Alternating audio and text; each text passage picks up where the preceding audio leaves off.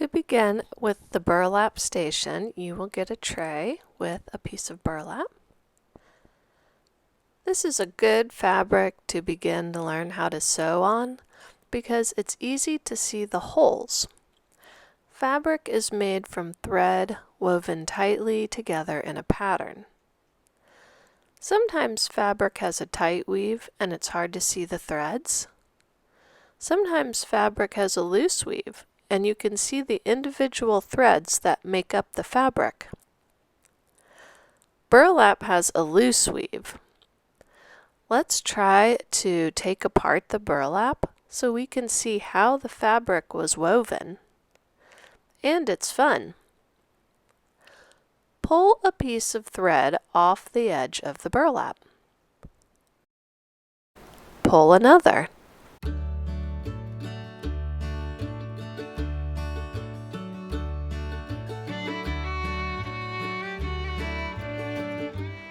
As you pull your burlap threads out, place them in the basket to help keep your area clean.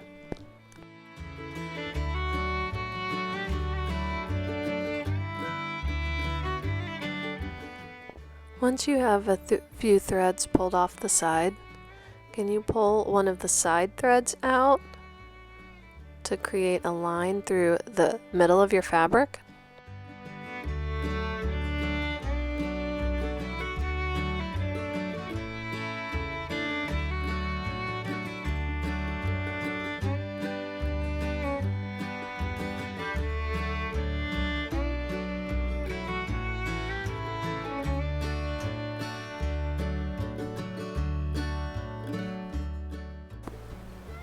Sometimes it's hard to get a grip of the thread.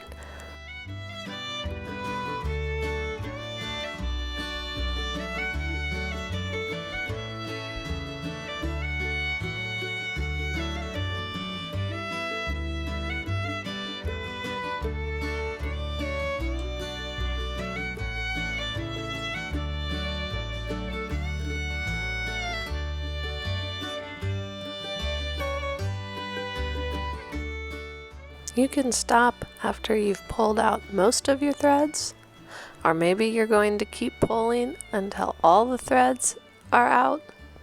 It's up to you. There may be a container on your table to empty your loose threads into to set your tray up for the next student to use. The next station we will learn about is snipping yarn. Yarn is the thread that we will learn to sew with. Yarn can come in many exciting colors and textures. Sweaters and blankets are often made from yarn. Today we are going to practice snipping or cutting yarn. Your tray should have a pair of scissors, a basket for collecting yarn, and a small jar with some yarn inside, and the yarn should be coming out of a hole in the lid. I think we're ready to start snipping yarn. Pull some of the yarn and cut right next to the edge of the jar. Pull again and cut again.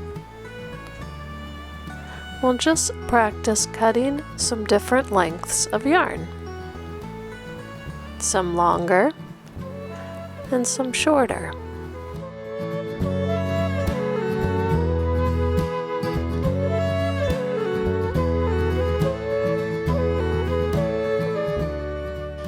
We should learn to cut the yarn not too close to the hole where the yarn comes out, or the yarn will disappear. If that happens, you can open up the jar and poke the thread back through the hole in the lid.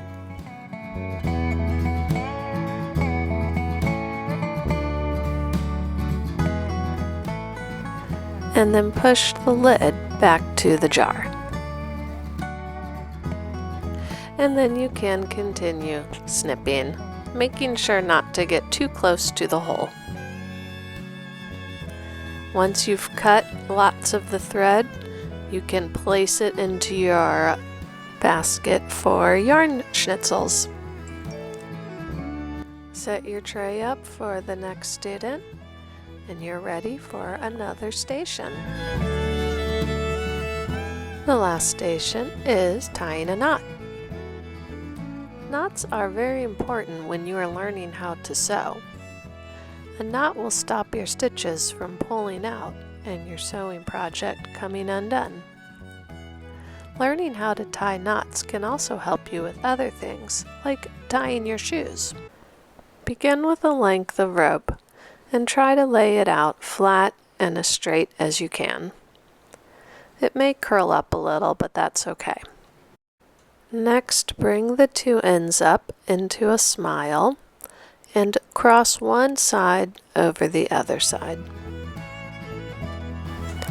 Finally, take the piece that's on top and put it under the edge of the rope and through the middle, and pull both ends, and you've made your knot. You can pull it even tighter to make your knot smaller. Once you've tied your knot, untie it and try it again. Straighten it out, bring it up into a circle, put one side on top of the other side, take the side that's on top and wrap it under the circle you made and through the middle. Pull both sides of the rope and you have your knot. Once you've made your knot at least 2 times in the rope, you can get a smaller piece of string and try tying several knots into it. Before you leave the knot tying station, make sure you untie any knot in your rope. Well, good luck in learning about sewing today. I can't wait to see all the things that you do.